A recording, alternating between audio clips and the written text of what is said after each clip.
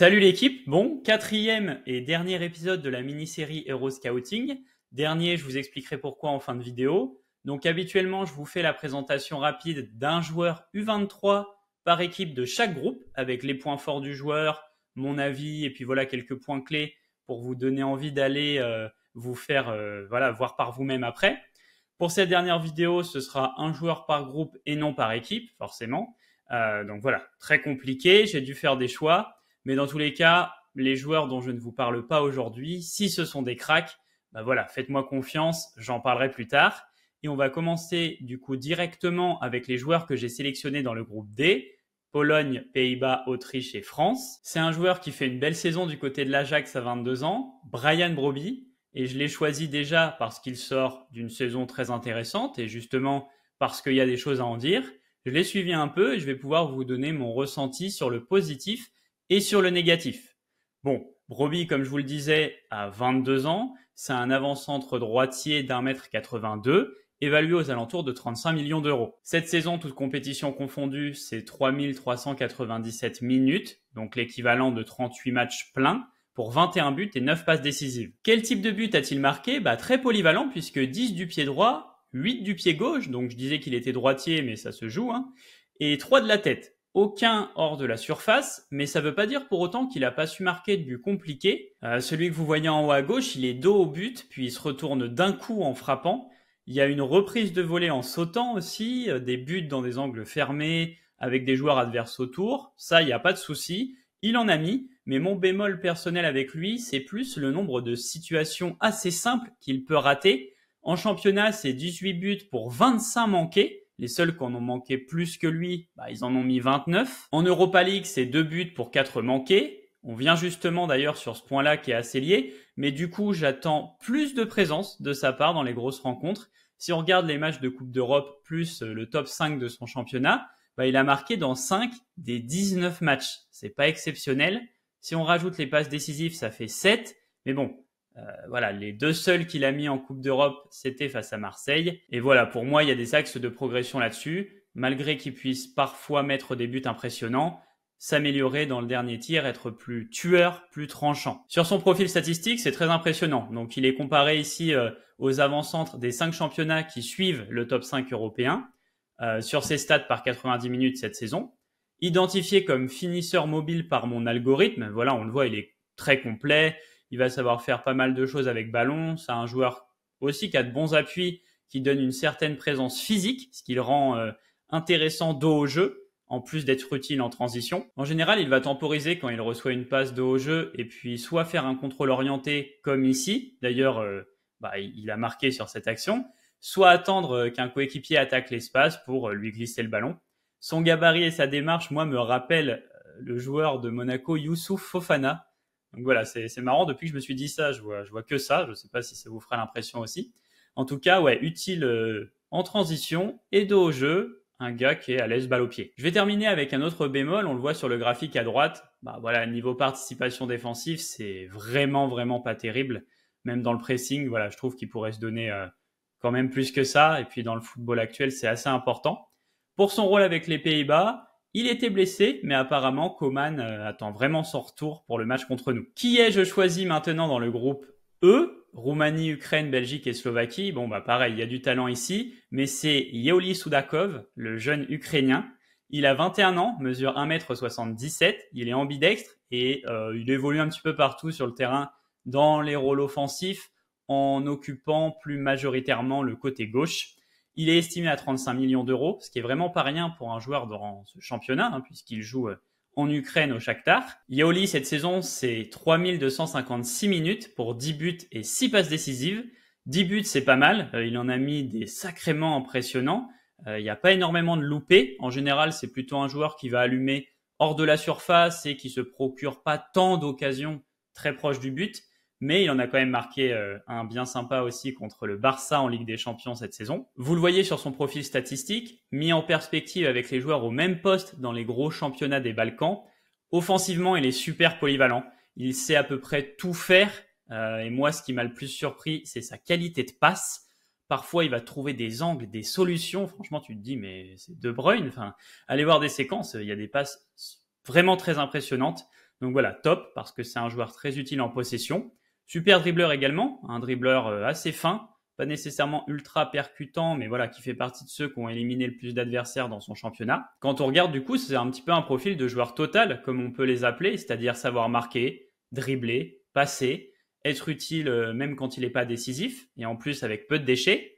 Voilà, à cet âge, on comprend facilement sa valeur marchande du coup. Maintenant, la question, c'est toujours la même. Est-ce qu'il va savoir s'adapter en cas de départ dans le top 5 européen? On le voit ici avec les plus gros transferts du championnat. Ce ne sont pas toujours des réussites. Il y a quand même quelques vrais bons joueurs dans le lot. Mais voilà, c'est un petit peu pile ou face. Donc à voir, mais c'est sûr que je serais très hypé s'il venait dans le Big Five. Au niveau de son rôle avec l'Ukraine à l'Euro, il est titulaire indiscutable. Il ne s'est pas vraiment montré face à la Roumanie. Mais bon, comme la plupart de ses partenaires, c'était un petit peu le naufrage. Hormis, je crois qu'il fait une passe bien sympa vers la 17e, vers la 20e, si c'est bien lui. Mais voilà, on verra par la suite. Allez, pour le groupe F à présent, donc le groupe Turquie, Géorgie, Portugal et Tchéquie. J'ai pas eu à réfléchir bien longtemps parce qu'il y a un de mes cracks préférés que je suis depuis 2 ans. Ça aurait pu être Joao Neves, mais bon, tout le monde en parle, il n'y a plus grand chose à découvrir et je vous l'avais déjà présenté il y a environ 6 mois sur ma chaîne dans la vidéo sur les milieux à suivre.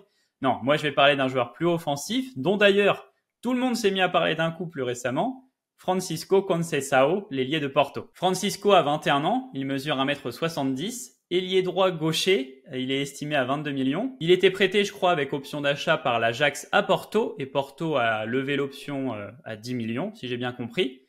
Je le suivais déjà à l'Ajax, moi du coup, il oscillait pas mal entre l'équipe première et l'équipe de jeunes. Et puis quand il montait, on pouvait souvent voir des choses intéressantes, notamment dans l'élimination, mais c'est vrai qu'il était assez peu décisif. Avec Porto, il a surtout joué en 2024, et le moins qu'on puisse dire, c'est qu'il a rayonné. 2264 minutes, 6 buts et 7 passes décisives, sachant qu'il a créé 15 occasions claires par la passe, donc plus qu'il n'a de passes décisives. Conceição, comme vous le voyez sur le rapport, est comparé ici du coup aux joueurs des 5 championnats qui suivent le top 5 avec un poste similaire. Voilà, c'est excellent. Top 10% à son poste dans l'attaque de la surface, les dernières passes, les dribbles réussis et les courses progressives, avec peu de déchets et en plus une activité défensive notable. Que demander de plus? Au niveau des dribbles, c'est un vrai régal. Cette saison, dans les championnats du Next 5, c'est le joueur qui a éliminé le plus d'adversaires, 256, avec un très haut taux de réussite. Il a fait la misère à un paquet de joueurs, que ce soit dans les grands ou dans les petits espaces. Au niveau des dernières passes, c'est un joueur qui crée essentiellement par des centres. Vous le voyez à gauche sur la map des occasions créées en championnat cette saison. Beaucoup de centres sur son aile ou bien même des corners. Très bon pied. Dans le radar de performance X-Value également, il est au maximum dans les centres en hauteur et en retrait. Conceição, c'est top 1% en centre tenté et top 4% en pourcentage de centres réussis. Top qualité. Il a délivré 2 passes décisives d'ailleurs dans le match qu'il a joué avec le Portugal face à la Finlande avant l'Euro. Mais il y a quand même un petit détail qui va pouvoir nous amener à son axe de progression principal pour être ce joueur total qui peut être amené à de grandes choses, c'est la finition. 2 grosses occasions manquées dans ce match, aucun but. Dans le championnat portugais, c'est 5 buts pour 7 grosses occasions manquées. Et quand on regarde en détail les données avancées de finition, tir cadré, but par tir, différentiel XG, c'est loin d'être terrible et c'est notamment sur ça qu'il va devoir progresser. En tout cas, moi, Conceição, je suis bien assis dans le train, vraiment fan du joueur, donc j'espère le meilleur.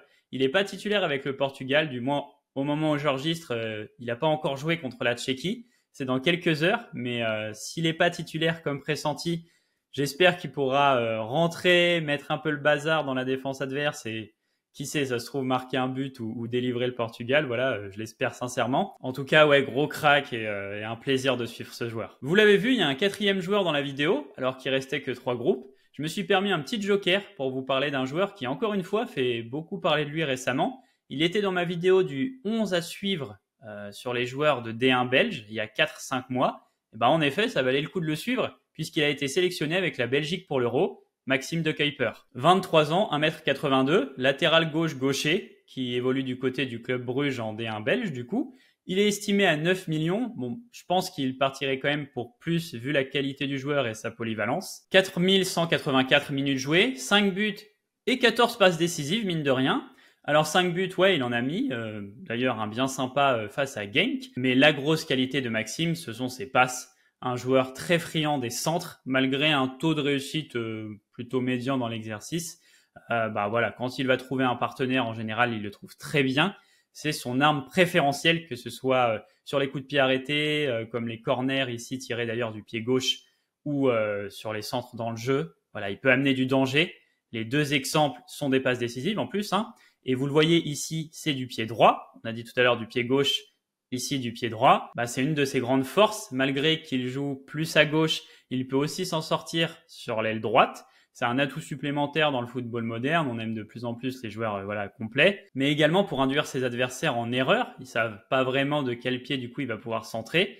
Et ça lui offre plusieurs options. Sa qualité de passe est également utile dans la progression vers le but adverse. On a ici des maps de ses passes vers l'avant face au cercle et à Genk. Il va pouvoir lancer son ailier dans la profondeur, construire, trouver des solutions à l'intérieur. On le voit ici dans son profil statistique. Élite dans l'apport par la passe, que ce soit pour progresser vers l'avant ou pour créer du danger. Moins impactant dans la percussion en revanche, et on pourrait attendre, c'est vrai, de grosses faiblesses défensives avec l'apport qu'il peut avoir en attaque. Mais déjà, en premier lieu, il a une bonne activité défensive. Franchement, il va jouer les duels, il réalise pas mal d'interventions. Et puis ensuite, il est dans le 92e centile au niveau du pourcentage de duels défensifs remportés. Qu'est-ce que ça veut dire ? Il a un meilleur taux de réussite dans ses duels défensifs que 92% des latéraux du Next 5. Sa vitesse, notamment sur les premiers mètres, lui est pas mal utile sur ce coup-là, même si il n'est pas parfait défensivement. Au niveau de la culture et de la science défensive pure, je dirais il y a encore des choses à développer. On voit qu'il peut manquer de réflexes ou d'habitudes propres aux joueurs qui brillent dans ce domaine. Il l'a dit lui-même, il est peut-être un peu rigide et face à des ailiers qui changent vite de direction, ça peut être compliqué. Mais en tout cas, voilà, il peut faire l'affaire dans ce domaine. Et au niveau des airs, il est plutôt dans la moyenne. Franchement, ça m'étonnerait pas du tout qu'un club du top 5 aille le chercher, soit pour challenger un titulaire dans une très grosse équipe, ou alors pour lui attribuer un premier rôle peut-être dans une équipe un cran en dessous. Beaucoup aimeraient le voir évoluer dans un système à 3 derrière. C'est sûr que ça donne envie vu ses qualités. À voir s'il y en a qui voudront tenter le coup. Du côté de la Belgique, alors je m'attendais à ce qu'il soit titulaire. Moi, après la blessure de Meunier, parce qu'il avait montré de superbes choses en amicaux d'avant Euro. Mais non, sur le banc, même pas entré. Étant donné le résultat, l'équipe a perdu 1-0 contre la Slovaquie. Pour rappel, peut-être qu'il aura sa chance au prochain match. En tout cas, il me semble être assez en forme pour y prétendre. Voilà l'équipe. Alors pourquoi est-ce que je n'ai pas terminé cette série comme je l'ai commencé, avec une vidéo par groupe ? C'est assez simple. Il faut savoir que je mets en moyenne 3 jours pour vous faire une seule vidéo. Donc comme j'en fais 2 par semaine, je suis assez pris, en plus de ce que j'ai à faire à côté. Du coup, pour cette série, je devais en faire une par jour. Donc lever très très tôt, coucher très très tard. Et quand on regarde mes 3 premières vidéos de la série cumulées, ont moins intéressé que juste celle d'avant sur les ailiers à elle seule. À chaque nouvel épisode de la série, dites-vous que c'était le pire départ de ma chaîne depuis que j'ai une certaine visibilité. Donc là voilà, c'était plutôt du bon sens. Le rapport temps sacrifié et intérêt reçu était catastrophique, voilà, faut être honnête. Je savais pas trop quoi faire, j'ai hésité à arrêter du coup là à la 3e. Puis à repartir sur mes projets habituels, mais bon, je me suis dit que pour ceux qui avaient suivi la série et qui, parce qu'il y en a eu à un moment donné de la force dans les commentaires, pour eux, j'allais au moins sortir un dernier épisode afin de conclure cette série. Attention bien sûr, pensez pas que je ne m'estime pas responsable, c'est tout à fait de ma faute. J'aurais pu faire ça avant que l'Euro commence, mais j'ai pas pu pour certaines raisons. Je comprends que avec le nombre de contenus autour de cette compétition, les gens seront un petit peu lassés, n'aient pas envie de voir 100 000 vidéos similaires. Il y a 2-3 youtubeurs qui cristallisent toute l'attention sur l'Euro et du coup forcément les autres vont être moins attractifs pour les gens parce que ils ont déjà ils en ont déjà vu assez. En plus, moi je regarde pas trop le contenu des autres pour pas être influencé, mais là en cherchant, j'ai vu qu'il y avait déjà pas mal de vidéos sur les joueurs à suivre, peut-être pas sous cette forme que je fais, mais les gens le savent pas. Donc voilà, sur ce coup, j'ai un petit peu raté le coche, mais j'étais quand même très content de vous présenter ces joueurs-là. Malgré la quantité de travail, j'ai pris du plaisir et je remercie tous ceux qui m'ont fait des bons retours, des retours même au global. Sur ce, si vous voulez donner de la force, vous pouvez liker, partager et vous abonner si vous le souhaitez. Et moi, je vous dis à bientôt l'équipe.